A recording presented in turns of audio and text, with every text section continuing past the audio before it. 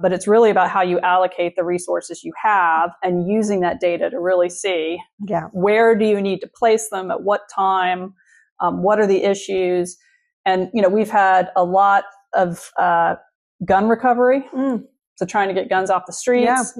But we also have the more pedestrian sort of annoyance issues, like people with loud mufflers or, speeding and doing concentrated, actions on weekends to try and address, those more livability factors.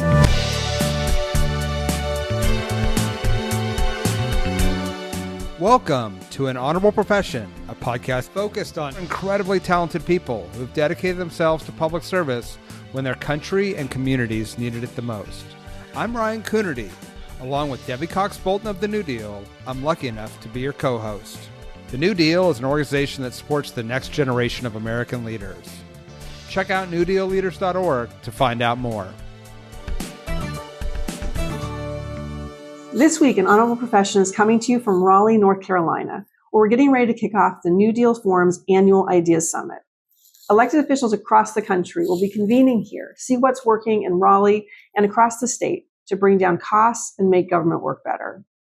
That's why I was so excited to talk to Mayor Janet Cowell, a New Deal leader who's leading Raleigh, one of the fastest growing cities in the country.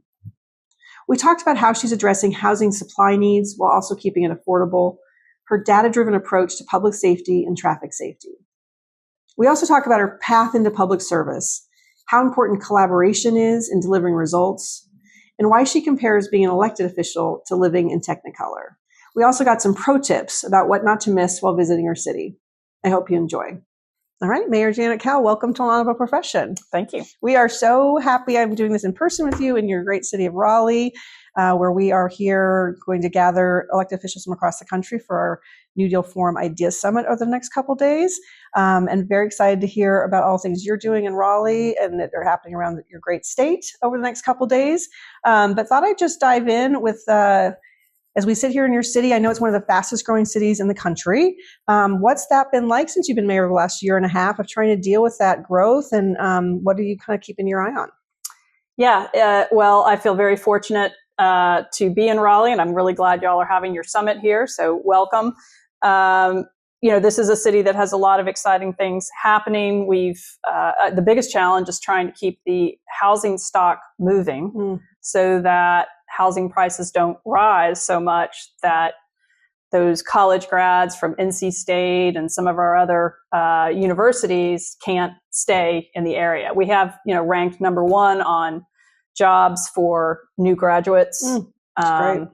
So keeping that affordable and then trying to enhance the amenity package, right, to compete with other big cities. And I mean, that sounds very clinical, but new parks. We've got the Carolina Hurricanes, who just won last night, round two of the Stanley Cup playoffs against the Philadelphia Flyers. Congratulations. That's a huge, was also Carolina Courage was playing last night. Our women's professional soccer team is also local. So trying to add all of those free sometimes or affordable entertainment options for families, young adults who want to live and work here. So those are just some of the biggest challenges. Yeah, no, that's great. Let's talk about housing for a second, because that is a big one. And I assume when people talk to you about affordability, housing is one of the top of the things, as it is around the country. You've managed to drive rents down a little bit. I saw like 10% or something. What's working for you? Is it about just getting more supply in the pipeline, or what? How are you thinking about it holistically? Well, the previous city council, I've been in office for a year and a half, passed the missing middle reforms to do things like allowing accessory dwelling units, more flexible housing. I would say really what's come in a lot are townhomes. That has been a more affordable price point. Apartments. We have a pretty large rental market here because of the universities. It's a little more transitory, short term. So keeping those housing units moving, and then the uptake's been good enough that we have had some pretty, big groundbreakings. So we've got like a 39-story, market rate housing coming up. We do in Raleigh have a housing authority. So older cities, right? Since the 1930s, we have had a housing authority. So we do have city-owned, Raleigh Housing Authority owned properties that are now being redeveloped, including near downtown. But the challenge is most of this is going to be market rate. Yeah. So you're seeing the destruction of some of the older, naturally occurring affordable housing. A lot of that's going to neighboring municipalities that are less expensive. But that diversification of housing, trying to change the ordinances, being fairly friendly towards alternative types of housing has all been helpful. Yeah, I saw something that you were doing on trying to engage churches and church land. I thought that was really smart, interesting. I know you're looking at public land as well. Have you had a good response from churches and other parts of the community that are saying, yeah, let's do this here? Yeah, there's, of course, city land, state land. We're in a state capital, so you've got a lot of governmental properties. But churches here, there are 300 acres of land of various congregations in the city. And then we kind of winnowed it down and found about 26 churches that had acreage and, some proclivity to want to do housing. And so we are in the beginning phases of conversations, creating a toolkit, because even if the will is there, right, this is how do you get through a process? They're not developers by design. And some of these folks are, very sophisticated big churches downtown that are probably going to go to a more high density sort of housing. Others could be more suburban, where they might choose to do a cottage court, small houses, that kind of thing. And are they thinking about this in terms of housing their employees, or are they thinking about this as a revenue stream for them that they would augment the work? And this is, I think when you get to mission-driven organizations, there's this impulse to want to do affordable housing. The question becomes, of course, you have to have a long-term subsidy to keep the housing affordable, and to build it. So to some extent, you could have just market rate, but reasonably priced workforce housing. But these are all the questions to get people clear-eyed about the set of choices they want to make, and not want to put every ornament on the Christmas tree, so to speak, of we want childcare, we want affordable housing, we want free parking, and roll a pencil. Right. I think that is really actually an interesting point, because I feel like a lot of what we're going to talk about here is making government work better, that there's a big sense that Democrats in particular, frankly, we have a lot of big plans. We believe government can do good things, but sometimes we get in our own way of trying to make the perfect, whatever that line is, by making the perfect enemy the good. So I'm wondering, have you seen things that have, been able to cut through and make the, permitting reform is a big one nationally, right? Of just trying to basically, how can we maybe, it's great that public input is something Democrats love, but sometimes that just holds up the process. Let's see if we can think about how we're going to get through that process faster, not let one person hold things up. I'm just curious about kind of how you've seen been able to do anything about the speed of which we need to deliver. Permitting reform, I think every mayor, every city in the country is working on this because there are so many regulations. We introduced new stormwater. I think that's great. But then how do you do that in a way that, a small time builder can navigate the system, understand the technical requirements, execute them without having to spend $20,000, and still help the environment and be responsible. Work in progress. I think we have tried to do more improvements around things like tax credit projects, affordable housing projects that are on a timing clock, Those only, you have to get them completed in a certain amount of time. So incremental improvements, reorganization of our planning department. So again, work in progress. A lot. Let me ask you one more issue, which is because it was something you talked a lot about on your campaign, which was public safety. I think you've also had some results in driving crime down. Congratulations. How's that going? What are you finding is successful? Where are you targeting limited resources for the biggest bang for your buck? What can people learn from you? You're right. Raleigh is a safe community, but of course, even in safe communities, there are bad things that happen. We have a great police chief, Chief Rico Boyce, who has come in as chief during my tenure. And I think he's got the right impulses of really engaging the community, building trust, trying to work with youth to prevent crime, and then also using data, which I still say is probably the number one thing we're finding that we only have so many police. We will try to add police probably as part of this budget. But it's really about how you allocate the resources you have and using that data to really see where do you need to place them, at what time, what are the issues. And, we've had a lot of gun recovery, so trying to get guns off the streets. But we also have the more pedestrian sort of annoyance issues, like people with loud mufflers or, speeding and doing concentrated actions on weekends to try and address, those more livability factors at the same time as you're trying to think about, obviously preventing violent crimes or solving them. Yeah. I said one more issue, but I lied because I saw that also on the data point that you were also out the other day in front of an intersection that has a disproportionate share of the traffic safety incidents. And I thought that was really great, figuring out where you're going to put these limited resources in places that need it most. So I think traffic safety is another area that you're using data. Yeah, this whole data-driven approach. And I think most cities have a ton of data, and there's people doing, really talented people doing the right thing. Do they take the time to analyze and then prioritize so that the councils and the policymakers really feel certain that, this is the best bang for the buck? Yeah. And, in the intersections, looking at, crash data, pedestrian safety data, looking at socioeconomic risk and some of the different factors that go in. But just Raleigh is a very suburban city. So 70% of Raleigh is in place since the 1980s. So that's a suburban pattern. And now we're going back to retrofit some of those areas to reintroduce the sidewalks, the bikeways, the multimodality as we become 500,000 with transit and all the other things that come with being 500,000. Having a big city. Person city. Let's talk a little bit about how you got into public service. We met when you were treasurer, I think, actually. So you have had a career as a city councilwoman and then a state senator, and then you spent 2 terms as treasurer of the state of North Carolina. So before, I want to ask you about then coming back to the mayor, but just how did you get into public service at all? Like, why was this your path? Was this always your passion? Just gravitated towards it. And my dad was a Methodist minister.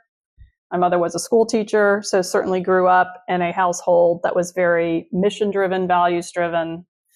And while not explicitly in politics, there are commonalities of being mayor and feeling like, to some extent, you've got a congregation of 500,000 that you are trying to shepherd and sort of take care of. That sounds, patronizing. So, obviously, there's a lot of two-way sort of relationship here, but there are commonalities between the ministry and teaching and being mayor. Yeah, for sure. And I think part of that is this sense of community. I was going to see if I could find you. I was looking at your campaign slogan. What was it? It was leadership, community, partnerships, maybe, or something along those lines. Collaboration. And so obviously to you, the community piece of this is super important. And you talk a lot in the language you use around all the work you're doing about how you're partnering with, whether it's the business community or nonprofits or the city at large, and engaging people in the process. That's first noble and important. And secondly, it's hard right now to get people's attention. You're competing with lots of things. Have you, what are some of the ways you found to engage people in the process and why is it important to do that? Yeah, well, first I would say the necessary part is that some cities have incredible amount of authority. You think about like a New York City, right, that has a lot of authority. Yeah. And a lot of southern cities were really more entities of the state. And so there is a lot more give and take. You have a city manager, you've got the state general assembly, you've got, somewhat, it's circumscribed, authority. Yeah. So you have to partner, basically, right? Yeah, if you really want to get things done. Yeah. I will give an example of a big project I worked on, which is Dix Park, which is an old 300-acre mental health hospital built in the 1850s, pre-Civil War. one of the Dorothea Dix mental health institutions established in the 19th century. Wow. And when that hospital, with many others across the United States, closed in the early 2000s, the city bought it from the state and made it into a 300-acre kind of central park. The city, certainly has resources, but to really build a park like that, private dollars, philanthropic dollars, that public-private partnership, made it the really special place that it is. 20-acre playground, incredible public art that's gotten national attention. So that's just one example of, cities can do a lot, even, high growth, resource, fairly well off cities. Yeah. But there's still limits. Yeah, sure. And then there's things like the housing, which innately, the city's not out there building their own housing. They have to partner with nonprofits, developers, churches. So finding those partners that have the motivation and alignment, and then leveraging your efforts. And, I also say just on, the parks and greenways, we've got incredible. One other special thing about Raleigh is the greenway system that was developed in the 80s. So all the creeks in Raleigh were preserved, and we have greenways running along them. So we have 100 plus miles of greenway all through the city, these nature trails. But you get, this is the South, poison ivy, wisteria, kudzu, and if you wanted to pay for all of that cleanup, it would cost you a lot of money. Yeah. Right? Engaging neighborhoods, volunteers, Boy Scouts, youth groups. Yeah.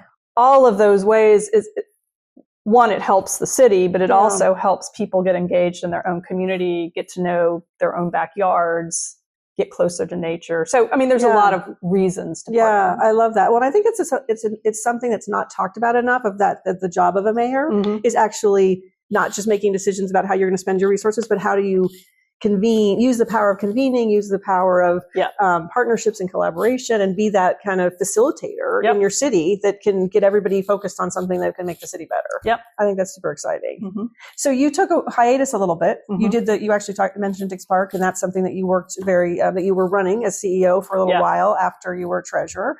But then you made this decision to get back in the ring as a mayor. What prompted that decision? Yeah, politics has a lot of incredibly positive things, and then there's other things that are more grueling, right? Very little pay, and so it was good to take some time off and do more private sector work, be able to travel and do other initiatives. But ultimately, I feel like life in public office is a little more like, color television versus black and white. Oh, I like that. Yeah, it's a more vibrant, purpose-driven, meaningful way of being for me. Yeah. And I particularly feel like that for local government and mayors, because it's such a sort of physical, on-the-ground job. Yeah.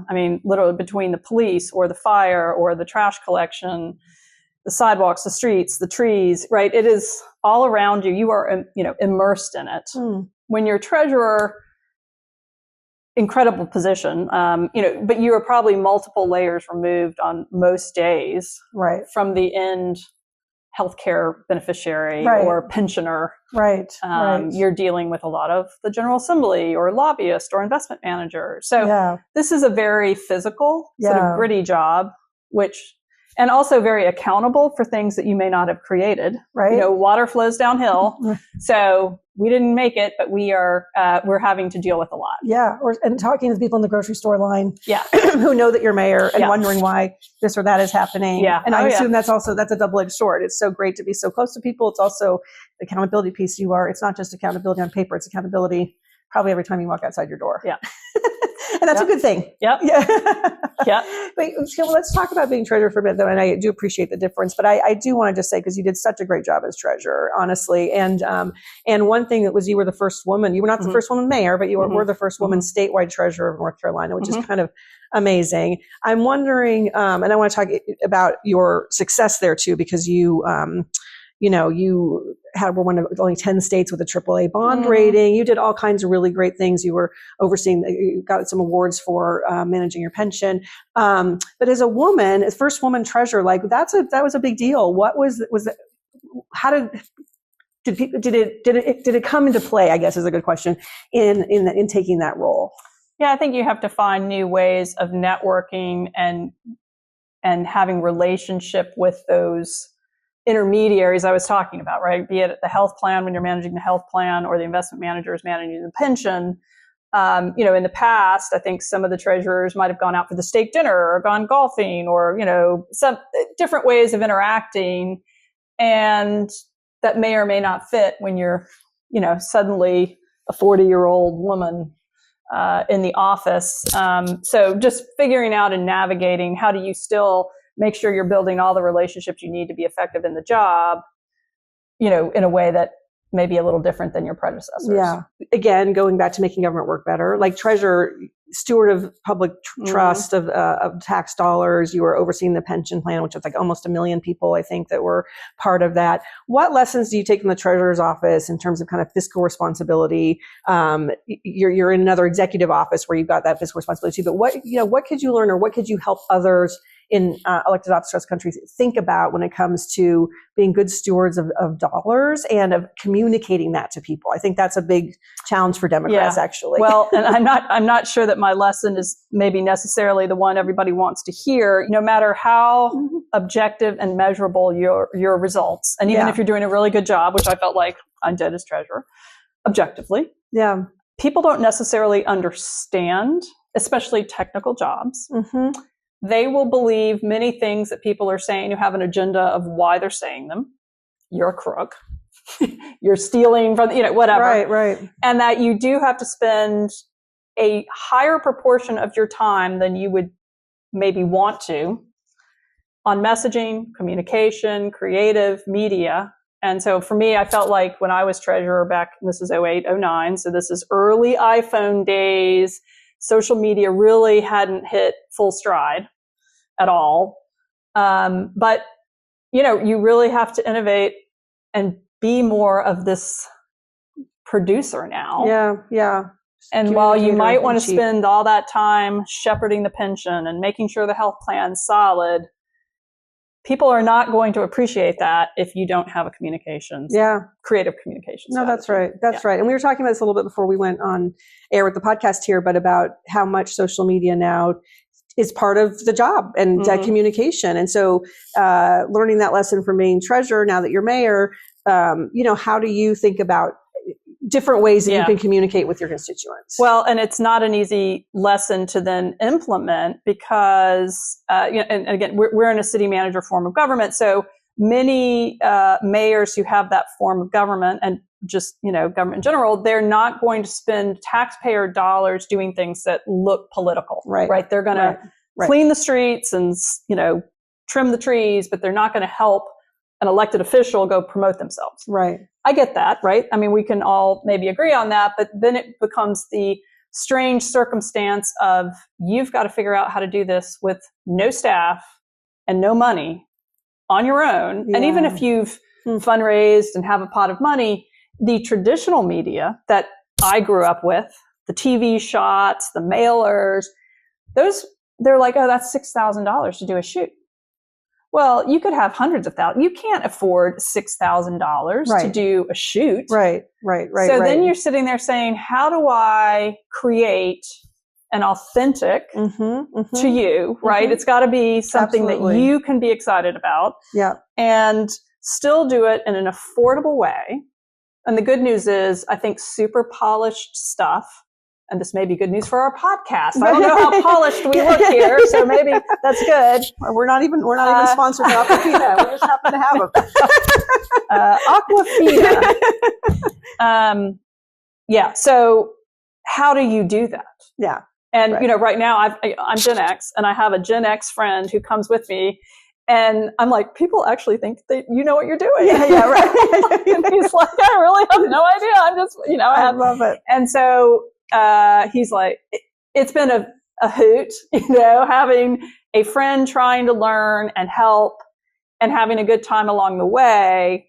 And then thank God I don't have some super pressure cooker situation where I feel really stressed about it. Yeah. I'm able to be like, fine, Yeah. Even have a little bit of fun with it. We have had fun with it. Yeah. I love that. Like last night, so I went to the Carolina Courage game and they invited me to walk the soccer ball out. Oh, so we're on the field. That's exciting. All these kiddos are lined up to so they can like fist bump the soccer players, the women's team. Yeah. And then I get to walk the ball down. And, you're up on the big screen and, that's so cool. Yeah. So there are these fun moments where it, all of this stuff kind of comes together and everybody's getting into it. Like, hey, why don't you flash from here to there and pan, I feel like walking the soccer ball is safer than throwing the first pitch. I mean, I don't know. Well, they were joking. Well, what we're going to have you do is kick it. I'm like, okay, this is not going to be pretty. That's hilarious. Yeah.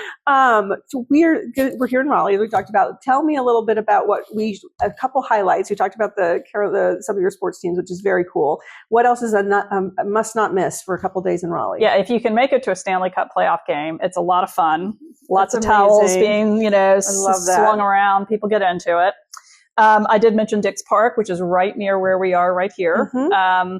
And there is, I said, the 20-acre playground, which you could think, but I mean, for adults too. I mean, there's slides. I will say, don't go down the slide in yoga pants. People have picked up a lot of speed. Oh, wow. Okay. And I think there has been one accident there for the full adult in yoga pants. That's hilarious. There's troll art. So there's these Danish trolls that are scattered throughout the park. Very so you cool. can go do the troll tour, troll trek. Amazing. If you like music, we are right near Red Hat Amphitheater.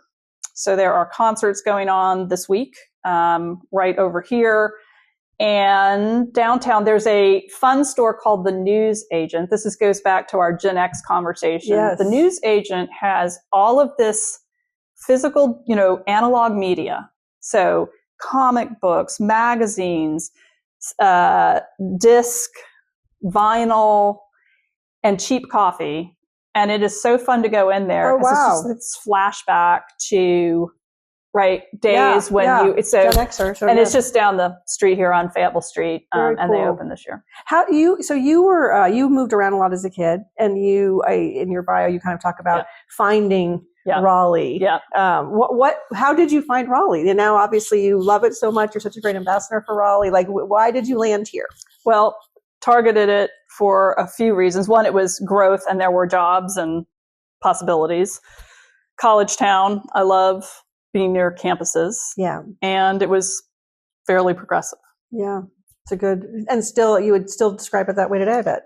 Yeah, I think Raleigh itself is. I think the state has become more conservative. I mean, when I came here, it was a Democrat majority legislature. We still have a Democratic governor, but the legislature has now been in power since 2012.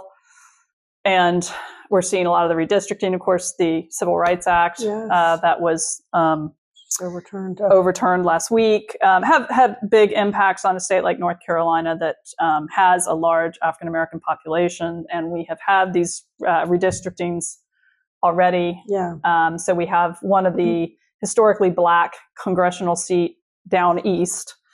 Has been redistricted. Don Davis is running for re-election in that seat. He has a tougher climb because of that. Yeah. I mean, that is another reason we picked North Carolina, Raleigh, to come, because it is there's not many bellwether states left, actually. Mm-hmm. And thinking about your governor and who was a New Deal leader, Stein, what do you think for Democrats they're going to need to do to be successful statewide? And what does that, I think there's lessons in that for the whole country, but but from your perspective, like, what does a successful Democrat statewide North Carolina look like these days? Well, I will say, like many other states, right, we're having this sort of debate within the Democratic Party of a more, the social democratic, more left versus, a more centrist. And how do you have those healthy debates and still work together to win the elections? Mm-hmm. And, so that's not always pretty or easy, but I mean, so trying to keep the bigger picture, right, even in the midst of those conflicts or tensions. Yeah. I think we have done a good job of getting more involved and getting people in, more of the municipal races, that have never really thought about all these things, engaged in the last cycle. Yeah. So, Good. yeah. So, and, obviously kind of trying to build a bench, that has been harder, right? When you don't have a lot of congressional seats, you have a minority in the General Assembly. Yeah. Statewide, we did pretty well last time, which was one of the bright spots, not just the governor, but the superintendent of public instruction, the attorney general, the lieutenant governor. So there's definitely some, strong bench here that's also helpful. Yeah. And we're looking forward to hearing from some of those people. The lieutenant governor and the attorney general will be with us this week. So we're excited to hear from all of you about kind of what you're seeing on the ground and what lessons others around the country should take from you all. And of course, I have promoted that I think cities, Charlotte, here, are some of the best ranked cities in the country, and that we could do a better job telling the story of how North Carolina has kept housing moving, how we have kept the quality of life and the affordability vis-a-vis a lot of other cities. Yeah. There is a success story there that is really not told as much. This is still a pretty, like I said, state-centric, not as local government-centric story because of some of the dynamics I just explained, right? Yeah. You're not getting a lot of resources or things. And I just think that's a really missed opportunity. Yeah. Well, we're excited to be here to help share your story about Raleigh, or I don't know if we can call it a sister city, but your neighbor, Leo Williams in Durham is a NewDEAL leader. He'll be here. And just to talk about these great things you guys are doing. I think that I agree with you. There's a lot of success to share, and we're happy to help amplify it. So thank you for taking time to talk today, and thank you for welcoming us so warmly to your beautiful city. Yeah, well, I'm looking forward to the conference and seeing all these folks converge in Raleigh. Thank you. An Honorable Profession is a NewDEAL Leaders podcast. And because we keep things honorable, no tax dollars were used in the making of this podcast.